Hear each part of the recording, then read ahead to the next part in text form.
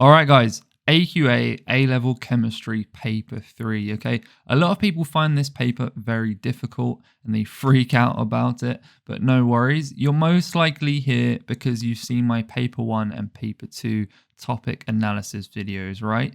Now, the whole point of this video is that you should study smarter, right? Your revision time is precious. You should know where you need to focus the majority of your revision hours, okay? Exams are like a game. They have very specific rules, very specific mark schemes, and you need to know how to play the game and what's going to come up, okay? So mark schemes combined with specification is my approach to all exams at GCSE and A-level. So which topics you should focus on.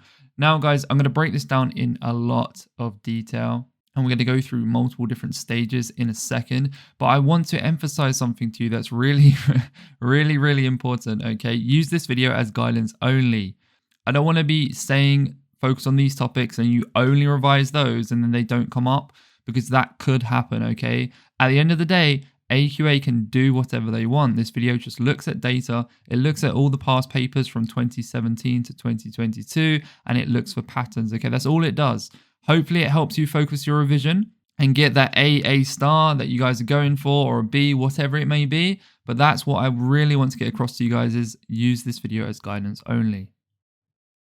All right, cool. So with that out of the way, let's look at what you're going to learn from this video. So it's going to be slightly different to paper 1 and paper 2, okay? We're going to start with looking at the required practicals 1 to 12 summary. So I'm going to go through this really quickly. Feel free to just pause it, read through. I will also link the AQA practical handbook in the description, okay? This is a really useful resource. It goes through every single practical method that you need to be aware of for required practicals 1 to 12. Next up, we're going to look at the topic mark allocations for paper 3 MCQs, okay, the multiple choice questions.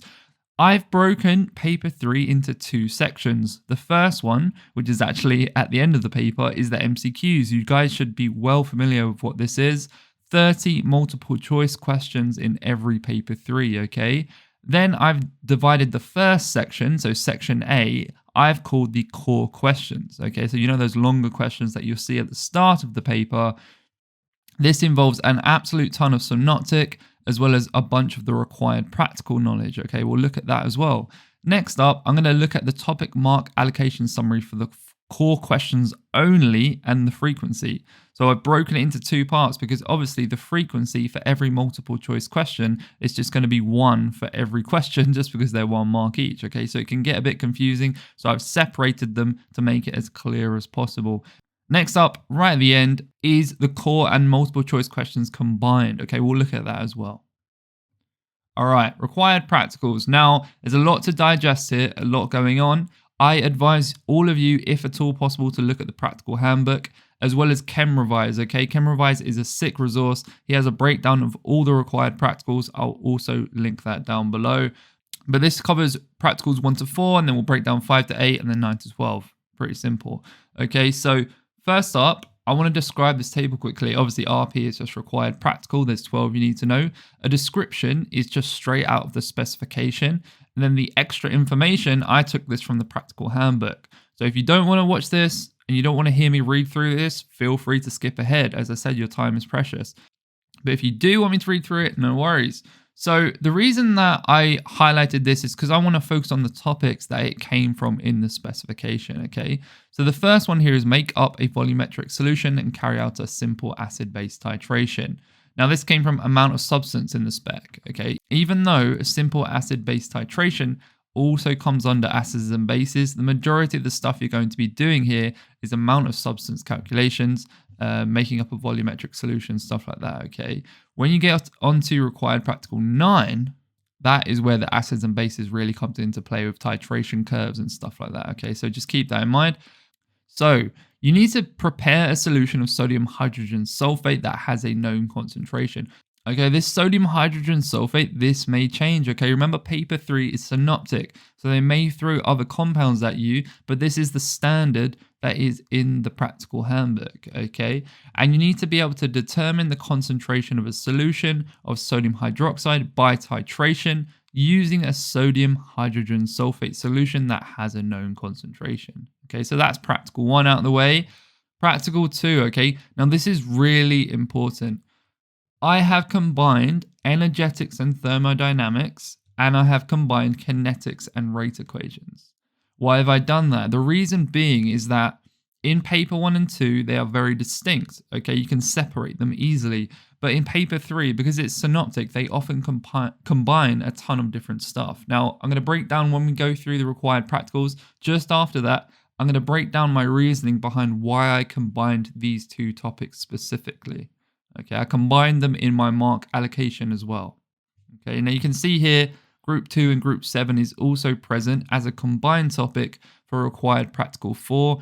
And that's just because of the different tests involved, okay? They involve stuff from Group 2 and Group 7 and some other stuff, okay? But primarily Group 2 and Group 7. Right, so going back to Practical 2, measurement of an enthalpy change, okay?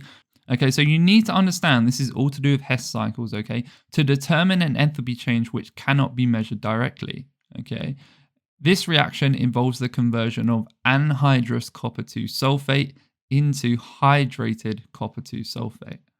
Okay, when I get into the breakdown of energetics and thermodynamics, I'm going to discuss the caveats here that you need to be aware of, so feel free to check that out. And also just check out the practical handbook, okay? It's really useful, as well as Chem Revise. All right, required practical 3, investigation of how the rate of a reaction changes with temp. Kinetics and rate equations, okay? Both of these topics can come up. What do we need to do for the extra information? To investigate how the rate of reaction of sodium thiosulfate with hydrochloric acid changes as the temperature of the reaction is changed, okay? And there's some slightly different requirements that they can ask depending on year 1 kinetics content and year 2 rate equations content. So keep that in mind. Required practical 4, this one is just literally just flashcards, okay? Just memory right here. Carry out simple test tube reactions to identify cations and anions, so positive and negative ions, in aqueous solution. I'm not going to read through all this, okay? It's given in the practical handbook, but these are all the tests that you need to be aware of, okay? All right, cool. Required practical 5 here, alcohols and alkenes. Now, it comes under the alcohols topic in the specification. The reason I included alkenes is because it involves cyclohexene, okay? So I included that sort of alkene knowledge just as a foundation here, but hopefully you guys are all good with year 1 alcohols and alkenes. What do we have to do here? Distill a product from a reaction, okay? So there's 2 different things we can do here. Okay, you do need to be aware of this. There's 2 different things that they can test you on. And again, it's synoptic, so they can throw some slightly different things in. But if you know the methodology and the common themes of these 2, you can apply it to the other types of questions, okay? So you need to prepare cyclohexene by the dehydration of cyclohexanol and to distill the cyclohexene from the reaction mixture. Okay, what do we need to do next? You need to do a test, okay? A test on the product to confirm the formation of an alkene, right? Bromine water. Hopefully you guys know that. Now, the second option is to prepare ethanol, so an aldehyde right here, by the oxidation of ethanol and to distill the ethanol from the reaction mixture. Okay, so this is aldehydes, tolerance reagent, Fehling solution, all that sort of stuff, right? Which is actually says right here, okay?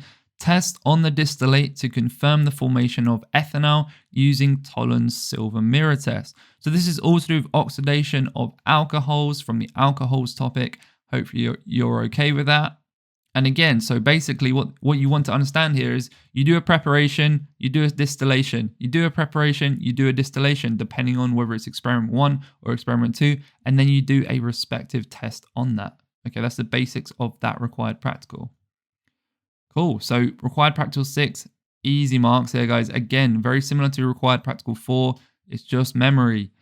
So carry out the test for the presence of organic functional groups and to make accurate observations. Test for an alcohol, test for an aldehyde. Now this one, they switched it up here, okay? You need to know the test for an aldehyde being Tollens reagent, right? The silver mirror. But for this one, they want you to specifically know Fehling solution. Okay, so you need to know both of these, Tollens and Fehling, so keep that in mind. A test for an alkene, okay, test for unsaturation, again, bromine water. A test for carboxylic acid, a test for halogenoalkanes. Okay, so that's just flashcard special right there. Memorize those the best you can. Required practical 7, going back to rate equations, okay? Now, in my topic mark allocation, I will be including these marks under the combined topic of rate equations and kinetics, okay? I'll get on to why that is in a second. But what do you need to do here? You need to measure the rate of reaction. Now, there's two different methods, okay? Initial rates method and a continuous monitoring method. Okay, try your best to understand and memorize both these. First one is going to be good old iodine clock, okay? So the initial rates method, let's look at this. An iodine clock experiment to investigate the reaction of iodide 5 ions, with hydrogen peroxide in acidic solution and to determine the order of reaction with respect to iodide ions, okay? And then the second part here, part B, measuring the rate of reaction by a continuous monitoring method, the reaction between magnesium and hydrochloric acid. Okay, again, if you want to check out more of this information, it's all in the practical handbook, linked down below. All right, required practical 8, measuring the EMF or electrode potential of an electrochemical cell. And this is obviously under electrode potentials topic. And then they didn't actually give any information, additional information, I should say, in the practical handbook, but I just sort of laid out what steps they want you to do. So you want to be able to set up a standard cell. In their example, they used a zinc copper cell, okay? And then you need to be able to measure comparative electrode potentials of different metals. Okay, so for example, like a zinc and a copper metal, right? So that was in the practical handbook. Feel free to check that out. All right, last 4 here, 9 to 12. So as I said, required practical 9, investigate how pH changes when a weak acid reacts with a strong base and when a strong acid reacts with a weak base. So all about titration curves here, guys. Half equivalence, all that stuff. Okay, so try and learn that the best you can. Investigation of how the pH of a solution of ethanoic acid changes as sodium hydroxide solution is added. Okay, so this is the standard that was given. What do we have here? Weak acid, strong base, okay? As it says here in the description, you can flip this around and get a strong acid, weak base, okay? So you just have to understand the different titration curves, what's going on here, the fundamentals of a titration experiment, color changes, all that stuff, okay? As well as half equivalence, keep that in mind. Right, required practical 10 here. This one comes under the carboxylic acids and derivatives topic. There's quite a lot going on here. I would advise looking at either Chem Revise or the practical handbook because there is a lot of content, okay? There's a lot of steps, stuff like that. So there's two different ones here, okay? You're either going to get part A, so the preparation of an organic solid and a test of its purity, or part B here, preparation of a pure organic liquid. Okay, so experiment A here is going to be all to do with preparing aspirin. Okay, so prepare a sample of aspirin and you need to analyze the effectiveness of this method of preparation of aspirin. Okay, and you also need to test the purity of an organic solid by measuring its melting point. So these are two sort of caveats that you have to just learn either from the practical handbook or Chem Revise or out of the textbook, whatever you find best to do, or a YouTube video, but just try and learn this stuff right here, okay, straight out of the practical handbook. And when it comes on to melting points, this is important when you're measuring melting points. Okay, let's look on when we're doing a liquid, okay, part B here, the preparation of ethyl ethanoate. Again, this may change depending on what they want to do in the question, but use this synoptic knowledge and carry it over to other molecules. So stage 1 is the preparation, stage 2, isolation, stage 3, purification, and stage 4 is going to involve some sort of yield calculation most of the time, okay? May not be that in your question, but just keep that in mind. They can throw some amount of substance yield calculation stuff in here. Okay, so you got percentage yield calculation, percentage atom economy, and all the amount of substance that goes along with that. All right, required practical 11 here. Carry out simple test tube reactions to identify transition metals in aqueous solution. All right, so very similar to required practical 4 and 6, flashcard special, guys. So I'm not going to go into great detail in terms of what you need to remember and all the colors and everything, but I would say check out the practical handbook. They've laid out some nice tables for you that you need to be aware of, and these are just some example concentrations that they gave us, okay? So I'm not going to go through these, but these are all the reagents and the solutions that they've given as examples. So I would personally learn these. They also have given some tables for you that you can use to look at the specific observations that AQA would suggest occurs with these solutions. All right. Now, this last one here, required practical 12, thin layer chromatography. Okay, comes under the chromatography topic, and you need to, it involves analyzing the composition of some common medicines. Okay, so just keep that in mind. That is all of our required practicals done. This is definitely not a required practical video, okay?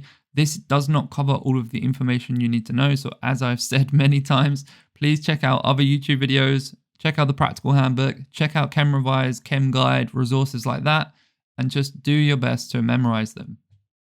All right, so here I'm going to break down some reasoning and logic behind why I combine these two topics, okay?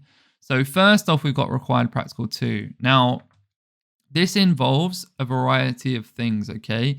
Like it says in the practical handbook, measuring the enthalpy change for a reaction experimentally.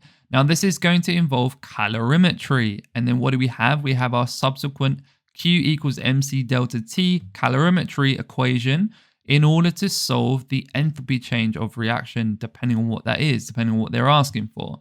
Okay, so this would be under specifically the energetics topic, but they can also chuck in a bunch of different thermodynamic stuff later in the question. So I've just combined them into one to make things easier for you. And hopefully, if you're good with thermodynamics, energetics should be a walk in the park, okay?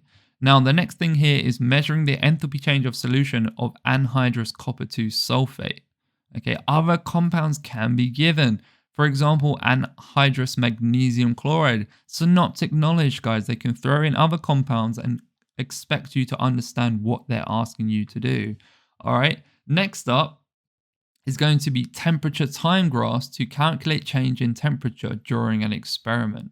Okay, this can come up. Now, the reason that I included thermodynamics and energetics combined is because they might get you to do something like this, and then they'll also get you to do something like this, where they get you to plot a graph. Okay, they'll give you some data or a graph or something like that, and you need to be able to plot Gibbs free energy change against temperature, okay, in order to calculate entropy change. Okay, the reason I put y equals mx plus c here is because you need to equate it to the equation of a straight line. Okay, the Gibbs free energy change equation I'm talking about, delta G equals delta H minus T delta S, okay? Now, I'm not going to go into detail in this video. I've done a very in-depth breakdown of how to answer these graphical questions, so feel free to check that out. But that is why I've combined them together, because there can be a lot of back and forth, okay? Next thing, enthalpy of neutralization. This can come up, okay? Enthalpy of neutralization. This often leads to calorimetry, which can lead to your delta H calculations.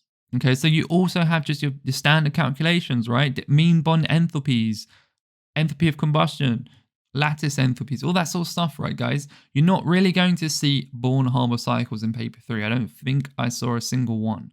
So just keep that in mind. That doesn't mean don't brush up on Born-Haber, but yeah, they can combine energetics and thermodynamics, year 1 and year 2 content.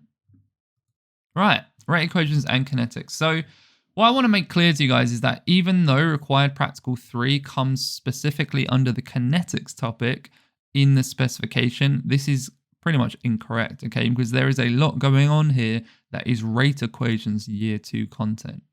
Okay, now the main stuff from kinetics is going to be the kinetics portion of, so that the AS requirement, which I'll jump onto in a second, of required practical 3, and stuff like successful collisions, activation energy, real basic kinetics principles that are in year 1, but that you need to just build upon and be aware of from rate equations. So I've just slot those two topics together. Hopefully you can revise them in unison. Okay, so what is our AS requirement for required practical 3? Straight out of the practical handbook, guys. You need to plot a graph of 1 over T on the y-axis against average temperature.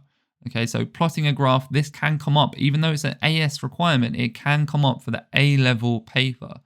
Okay, now the A-level requirement, I would expect more often to come up, and that's because it's just a lot more difficult, right? It involves Arrhenius.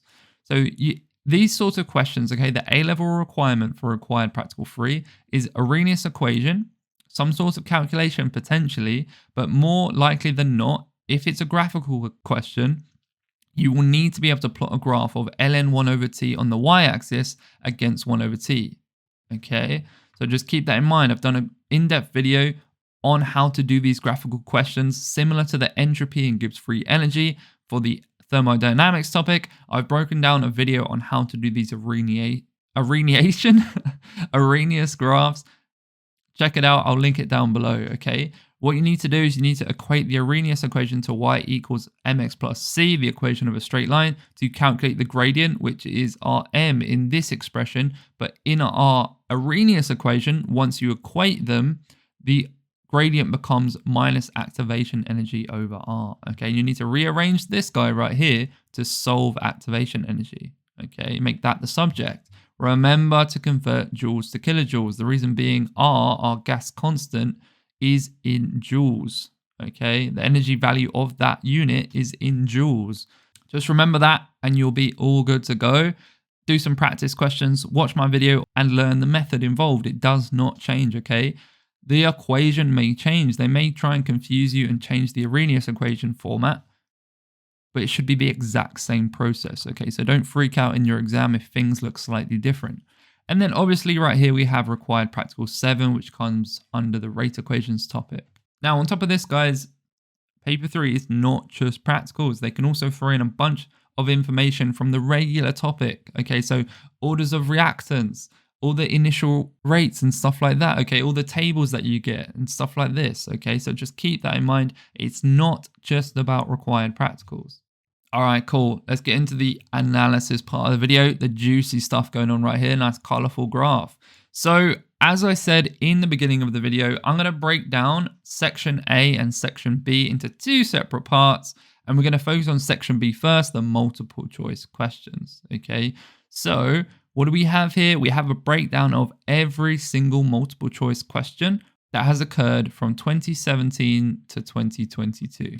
Okay, remember, every question is only 1 mark. So what does this mean? If we look at this right here, I haven't included, if you've watched my other videos, you'd be familiar with the red box that signifies how many marks you need to get an A, okay? That was for the topic by topic breakdown. This is all papers. And also, I'm not going to include grade boundaries until the very end when we look at everything combined, okay? So if that's what you want to look at only, feel free to skip ahead.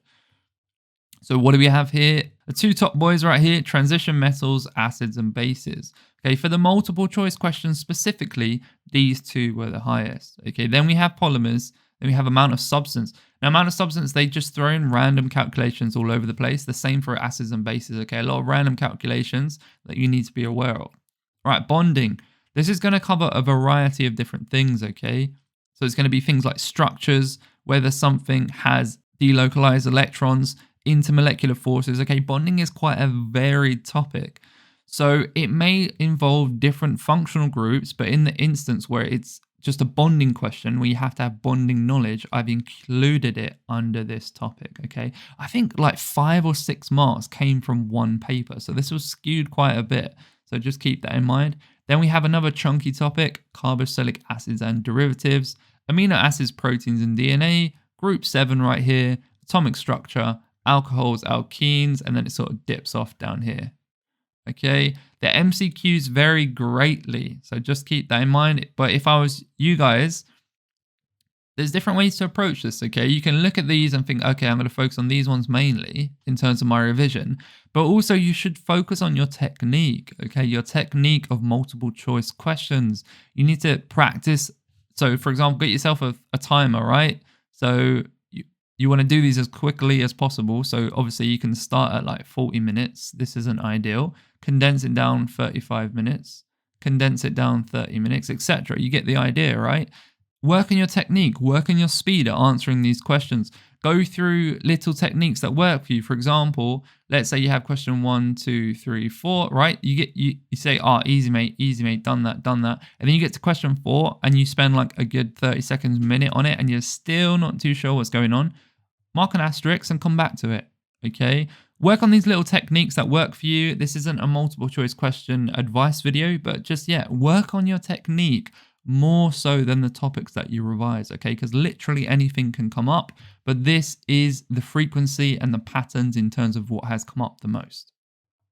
All right, cool. Core questions, paper 3, 2017. So this is section A, right, guys? Now, I'm not going to go through, if you're familiar with the box where it's like, oh, you got to do all these topics to get an A. I'm not going to do that here because obviously the grade boundaries are going to be taking into account the multiple choice questions as well. And this is only the core questions or the synoptic questions or section A, whatever you want to call it. Okay, but really pay attention to this because there's some interesting stuff here. So the top marks for 2017 is going to be energetics and thermodynamics. Okay, there's a lot going on here for this topic. Then we had carboxylic acids and derivatives, alkenes, and then acids and bases. And then it dipped off down here with some group 7 amount of substance and alcohols. All right, cool. Paper 3 2018, rate equations and kinetics, energetics and thermodynamics. And then we have carboxylic acids and derivatives. Period 3 had an appearance here of 9 marks, not too bad. And then it dipped off a lot with 3, 2, and 1. Okay, so you may notice a pattern here as we go through these. Energetics and thermodynamics, rate equations and kinetics. Now, obviously, these are combined topics. So you're thinking, well, obviously, if it's combined, there's going to be more marks.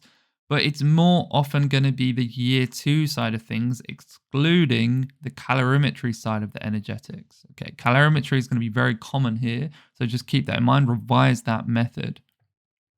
All right, core questions, paper 3 2019, rate equations and kinetics again. Then we have electropotentials having an appearance here. Acids and bases, aldehydes and ketones, transition metals, amount of substance, and then it drops down here a little bit with bonding, alkanes, alcohols, and alkenes. Okay, as you'll notice, year 1 content is not as popular as year 2 content. Now, one thing I would say actually with amount of substance that I haven't really brought up so far is percentage uncertainty. Okay. Percentage uncertainty is technically under the amount of substance topic, but I have included it under the respective topics that required practical uncertainty question came up. Okay, so just keep that in mind, but you do need to know percentage uncertainty. Paper 3, 2020, transition metals was king this year. Then we had electropotentials, rate equations and kinetics, energetics and thermodynamics, alkanes, and then it dipped off. All right, you can pause the video and read through yourself. Let's go on to 2021. All right, 2021 was a weird one, guys. So transition metals, again, very common here. Transition metals is pretty high. Then we have amount of substance, group 7, aldehydes and ketones, alcohols, acids, bases, carboxylic acids, and derivatives. And then it dips off a little bit. Okay. Now, the reason I say it's a bit weird is because, as you can see here, rate equations and kinetics and energetics and thermodynamics, they're normally present. But here, neither of those are present. I actually had to go back and look through all the questions again just to make sure I hadn't missed anything, because I was like, wait, hold up, this should be here. But yeah, just keep that in mind. Even though they're popular and they're common, they can just be completely absent. Okay, so just keep that in mind. All right, 2022, the most recent paper here, energetics and thermodynamics, real chunky question here, 18 marks. I think it was question 1 actually. Rate equations and kinetics was next. Transition metals, introduction to organic chemistry. So this was all to do with isomers, naming and stuff like that, if I remember correctly. Group 2 and Group 7. So the reason that I've put this as a really random joined topic here is only due to required practical 4. Okay, I couldn't really separate them because it was different ions going on. But required practical 4 had a 4-mark section to do with Group 2 and Group 7. And then I think it followed on to amount of substance, which made up 2 marks. So I just split that 6-mark question into a 4-mark, Group 2 and Group 7. And then 2 marks, yeah, exactly. 2 marks for amount of substance. Okay, so yeah, 2022, the grade boundaries dipped this year because they got advanced information and it strongly gave away these 2 right here. So yeah, just keep that in mind. All right, sweet. So here we have a nice chart showing the core questions of all years. Okay, hopefully you guys have seen my paper 1 and paper 2 video, but I kind of skipped over it. This is just the topics and this is the marks allocated.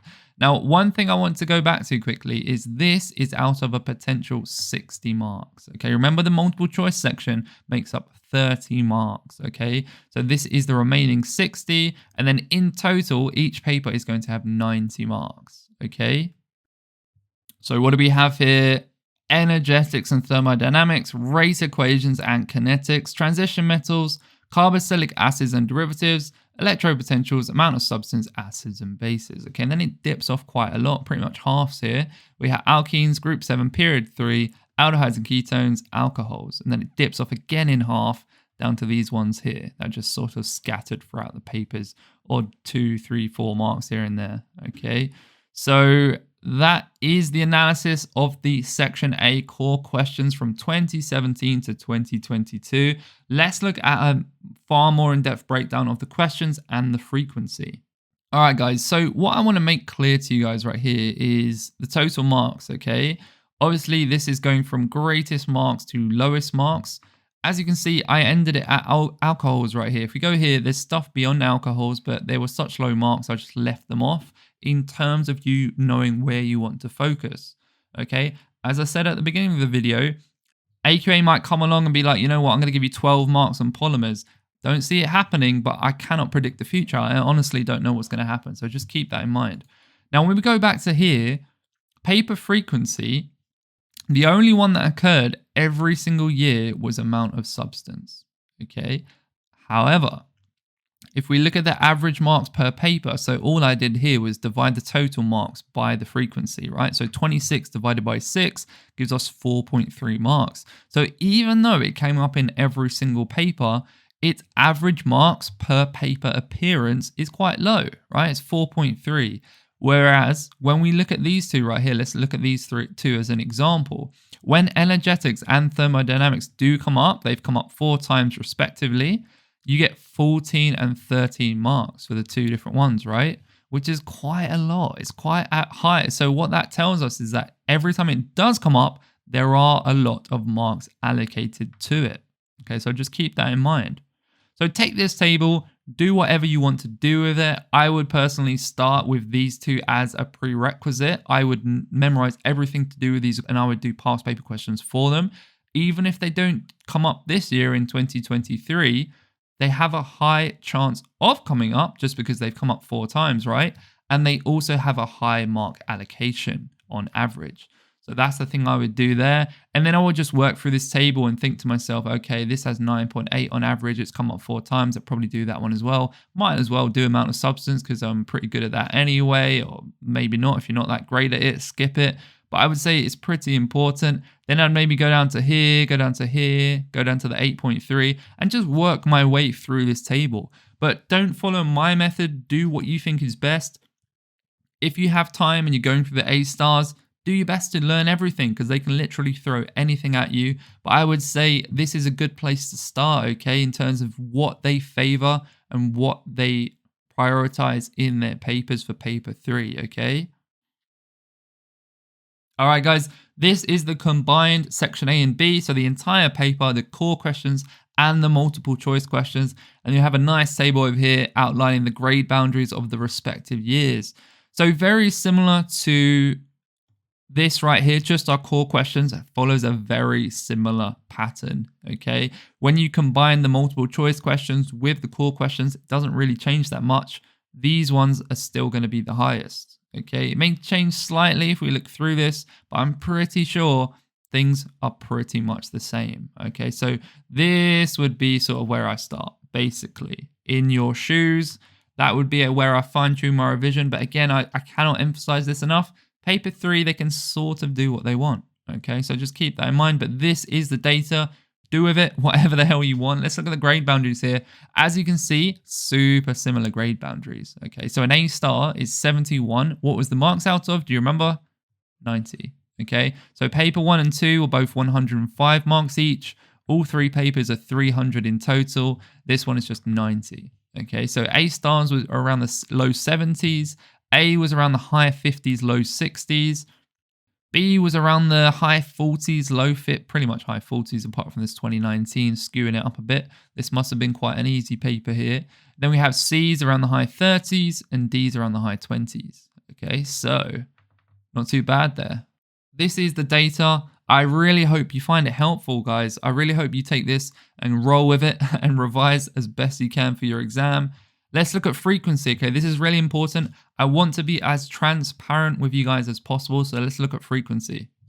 All right, 6. So this paper right here, you may look at this and be like, what is going on, mate? So down here, we just have the topics, all right? Every single topic that came up in paper 3, okay? So just keep that in mind. Now, what do we have here? We just have at the top every single year that came up. Okay, so topic on the left column, and then each respective column after that is just the year of the paper. Okay, now every time you see a 1 in here, that just means that topic came up in that year, right? So I spent actually quite a few hours, right, looking for patterns and stuff, and I couldn't find anything. I'm not going to lie. I couldn't find any patterns, and I also looked at comparing paper 1, paper 2, and paper 3 to see if there was any kind of pattern. For example, oh, maybe transition metals came up a lot in paper 1. Does it come up in paper 3 that much? And there wasn't a pattern, okay? Sometimes it comes up a ton in paper 1, then not in paper 3. Sometimes it comes up a load in paper 1 and a load in paper 3. So I tried my best, but I honestly couldn't find any sort of pattern there.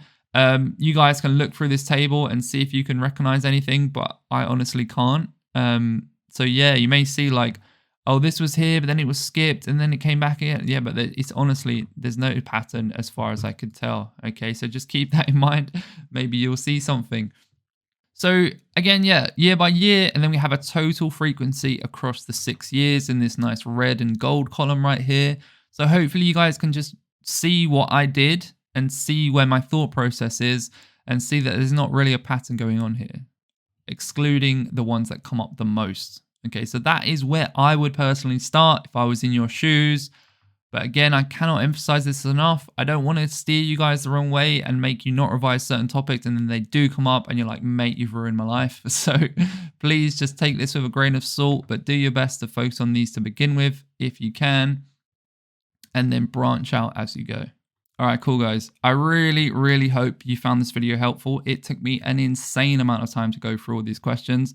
So if you did find it helpful, give me a thumbs up and all that good stuff. Share it with your mates that are revising chemistry. Best of luck with your revision and upcoming exams, guys. I really wish you all the best. It's not easy. Until next time, peace.